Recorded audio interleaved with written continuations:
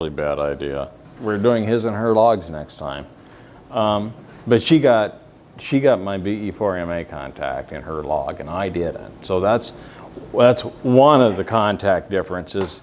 And I don't know what the other one was, because you did make contact with Canada on Saturday. So, well, I made it with the other guys, but I didn't make it with Barry because he was out. When you're in a park, and even where we were, every place we stopped was a public place, and we always had to, what are you doing? I mean, we've got this is a whole public relations opportunity, and it's pretty cool. And I think we probably need to work to be better armed with things to hand out. And they took that comment pretty seriously too. Next chart.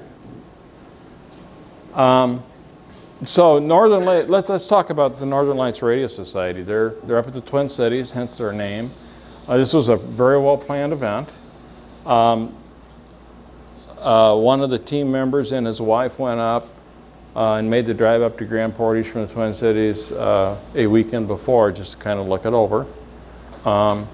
And I'm sure they stopped at one of the quilt shops that's up there. Anyway, there were 14 members, I think roughly 14 members on the North Shore team.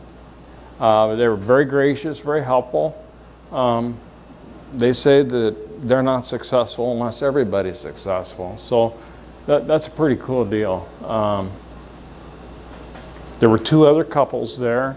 And even at that, Chris and Heidi offered to stop at a restaurant with us, even though they had packed a cooler. And it's like, well, we were camping, we had a cooler. We were fine with eating out of our cooler. So, but just really going the extra yard to make sure that we were comfortable and taken care of. And that goes for everybody on the team too. One of the members has diabetes and some food allergies, and they were looking out for him too. So it was pretty cool. Had to stay at the Grand Portage Casino, which was the only hotel up there. And I'm not big on staying in casinos, but we went back again. And by the way, the rainstorm that we got that night was terrible. I mean, you're looking out, it was horrific rain. Would not have been a good night to be in a tent. Next.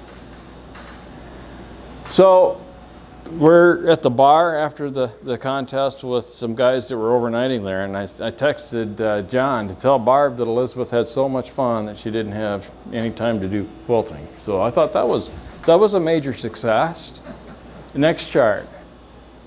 So are we going to go join them again? That's pretty cool. Next chart. But we were on vacation, so what was the rest of it like? Next. So we started out, headed up to the Twin Cities, and our honeymoon phase 2 was at Clear Lake. And so we stopped at Clear Lake at the campground where we camped, where we had camped before, and went and enjoyed our time there. But we went over to Mason City and we toured the Frank Lloyd Wright bank and hotel and house that's over there. And Mason City is going to be a place that we return because they've got an architecture walk of over 50 houses there. They're not all right, but it looks really, really cool to me. But on the way up, we were talking. We had lunch at a diner, and there was a politician getting ready, greeting people, and there was actually an election, the local Minnesota election. And so she says, well, you want to go to Cloquet because there is the only Frank Lloyd Wright filling station. And it's a filling station. There's a rubber hose out there. It goes ding, ding, and they run out and they pump the gas for you. They draw lots in the morning to see who gets to pump. This originally, he intended to have the gasoline stored up here and a hose drop down. He thought pumps were atrocious. And of course, Fire Marshal had other plans. But they have maintained this.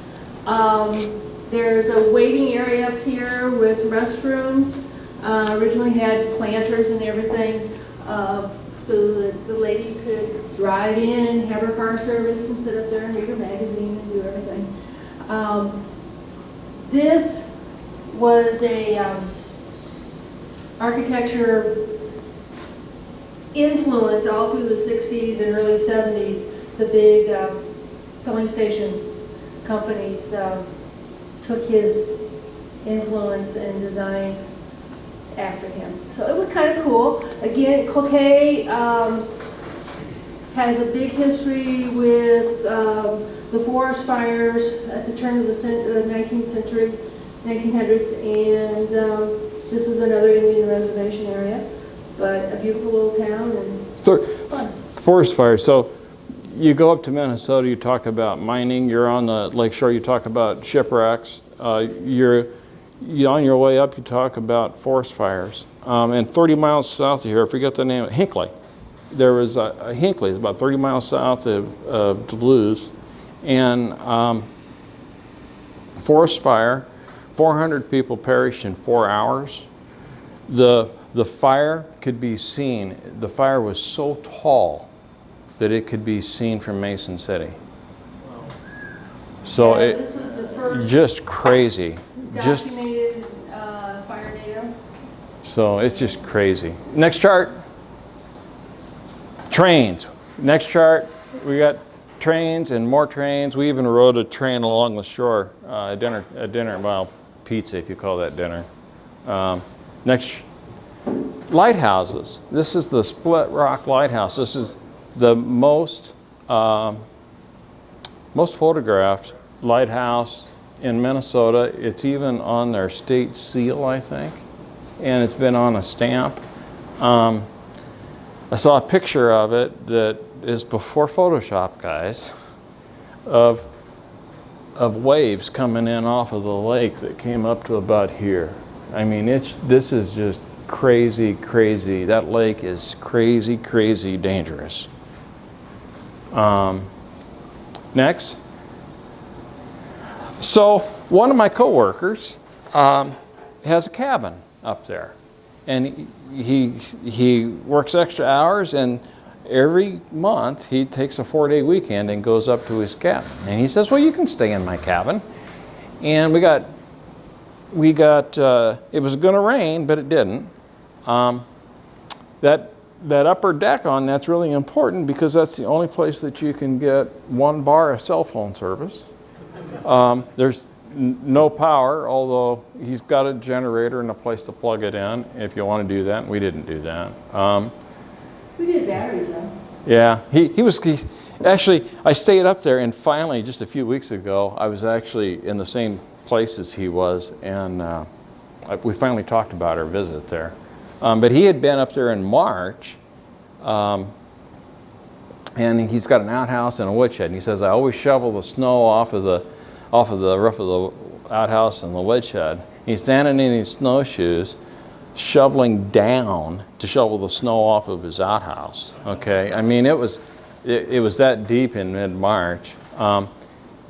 He's got his own lake, his own private lake, and that he'll be the only cabin ever built there because he's got all of the non-U.S. Forest Service shoreline right there. So it's a beautiful, beautiful place. Stayed one night there and then went on out. Go on. Went over to the Iron Range, and one of the things that was kind of disappointing was that the lookout for the working mine was being moved and it wasn't open, so you couldn't get to see a working mine. So we found past working mines, and that's what they do. They put water in the bottom and then they have a lake, right? One of the cool things about that museum, I graduated from high school 9 miles from the birthplace of John L. Lewis, and it was kind of neat going through the museums and seeing pictures of John L. Lewis doing his thing with the miners and with the in Washington, D.C. So that was kind of neat, because even though we studied John L. Lewis a lot, I mean, you don't, especially with teachers who are in the union, you don't not study unions when you're in high school. But the history teachers were really good. Both of them were football coaches, and we didn't talk about any football ever. It was all history. So let's scroll on. A bear. Well, they got a large number of bears up there, and they're hard to see in the wild, which I think is a good thing. This one's in captivity. This is up at Ely. They've got a really nice display, historical music, a really nice treatment of both bears and wolves up in Ely, and it was really cool. There's two different research centers up there, and then they have, both of them have captive animals that you can observe through plate glass. And very interesting. Next. Waterfalls.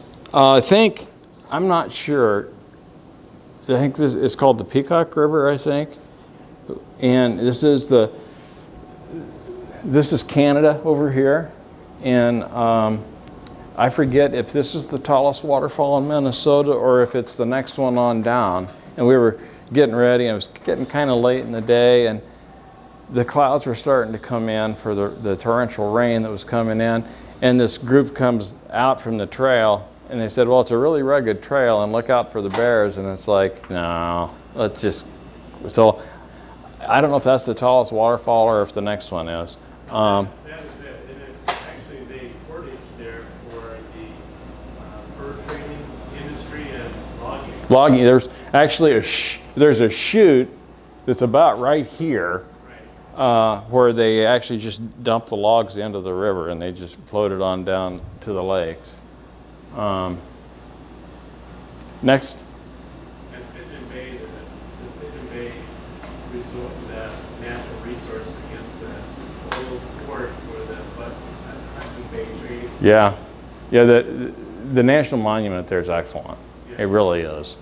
And the Indians are there reenacting and the whole thing, but they're also just not necessarily pure reenactors as much as they are wanting to make sure their story's told and remembered. So, that's the end. Yeah. This trail, this whole route along here, is a fantastic vacation area. About every 25 miles, there's a state park and another set of waterfalls and trails.